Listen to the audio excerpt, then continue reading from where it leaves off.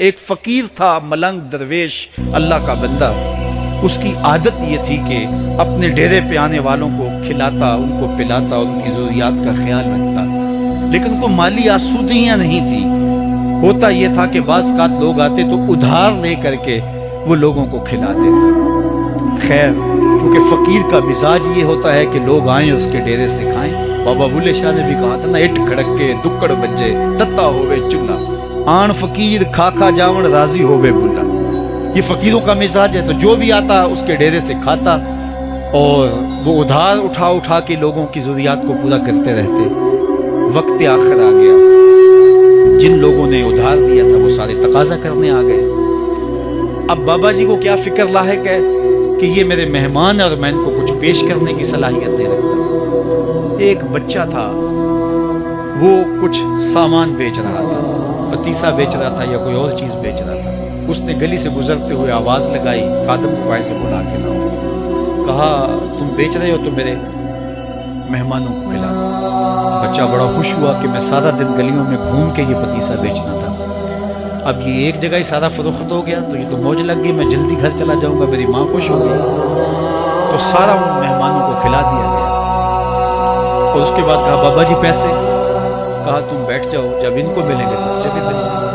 وہ بیٹھ گیا، 2 4 10 منٹ بیٹھا تو بچہ تھا پھر کھڑا ہو گیا، بابا جی پیسے.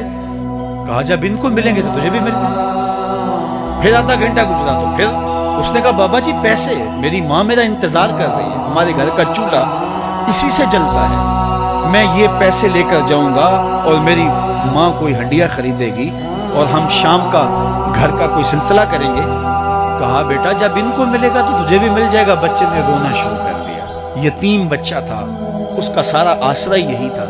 اس نے رونا شروع کر دیا. جب بچہ رویا اللہ کی رحمت کو جوش آیا. کوئی مرید نذرانہ لے کے ان بزرگوں کے پاس آیا اور اشرفیوں کی بری ہوئی تھیلی پیش کی.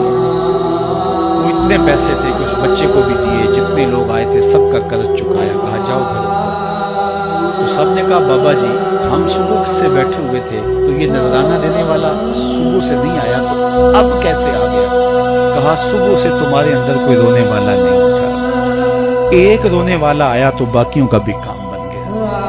بعض اوقات کسی ایک شخص کی وجہ سے باقیوں کی خطائیں بھی معاف ہوتی ہیں. آج ہم اجتماعی طور پہ تا حد نظر اندر باہر اوپر نیچے اتنے لوگوں کے ہجوم میں اللہ کی بارگاہ سے یہ توقع رکھتے ہیں کہ مالک کتنے ہجوم میں کوئی ایک تو ہوگا جو تیرا لاڈلا ہوگا، کوئی ایک تو ہوگا جو تیرا بہت قریبی ہوگا، کوئی ایک تو ہوگا جس پہ تیری رحمتیں برسیں گی.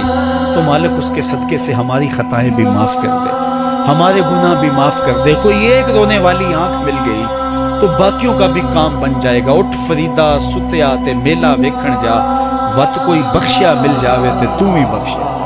میرے مالک ہم سب کی خطائیں معاف کر دے، ہم سب سے درگزر فرما اور ہم سب کے باطن کو ستھرائیاں دے دے، ہمارے اندر کو پاکیزگیاں دے دے.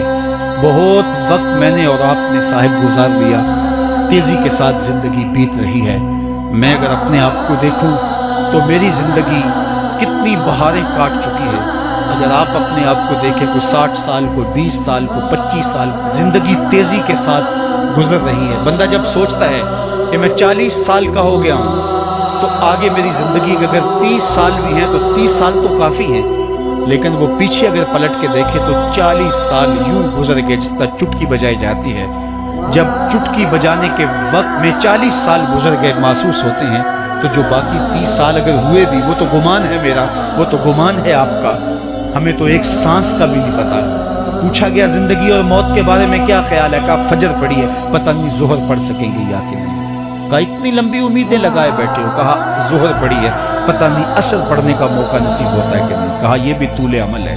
ایک بولا عصر پڑی ہے، پتہ نہیں مغرب پڑھ سکیں گے یا کہ نہیں. کسی نے کہا ایک رکعت پڑی ہے، پتہ نہیں دوسری رکعت بھی پڑھنا نصیب ہوتی ہے یا نہیں.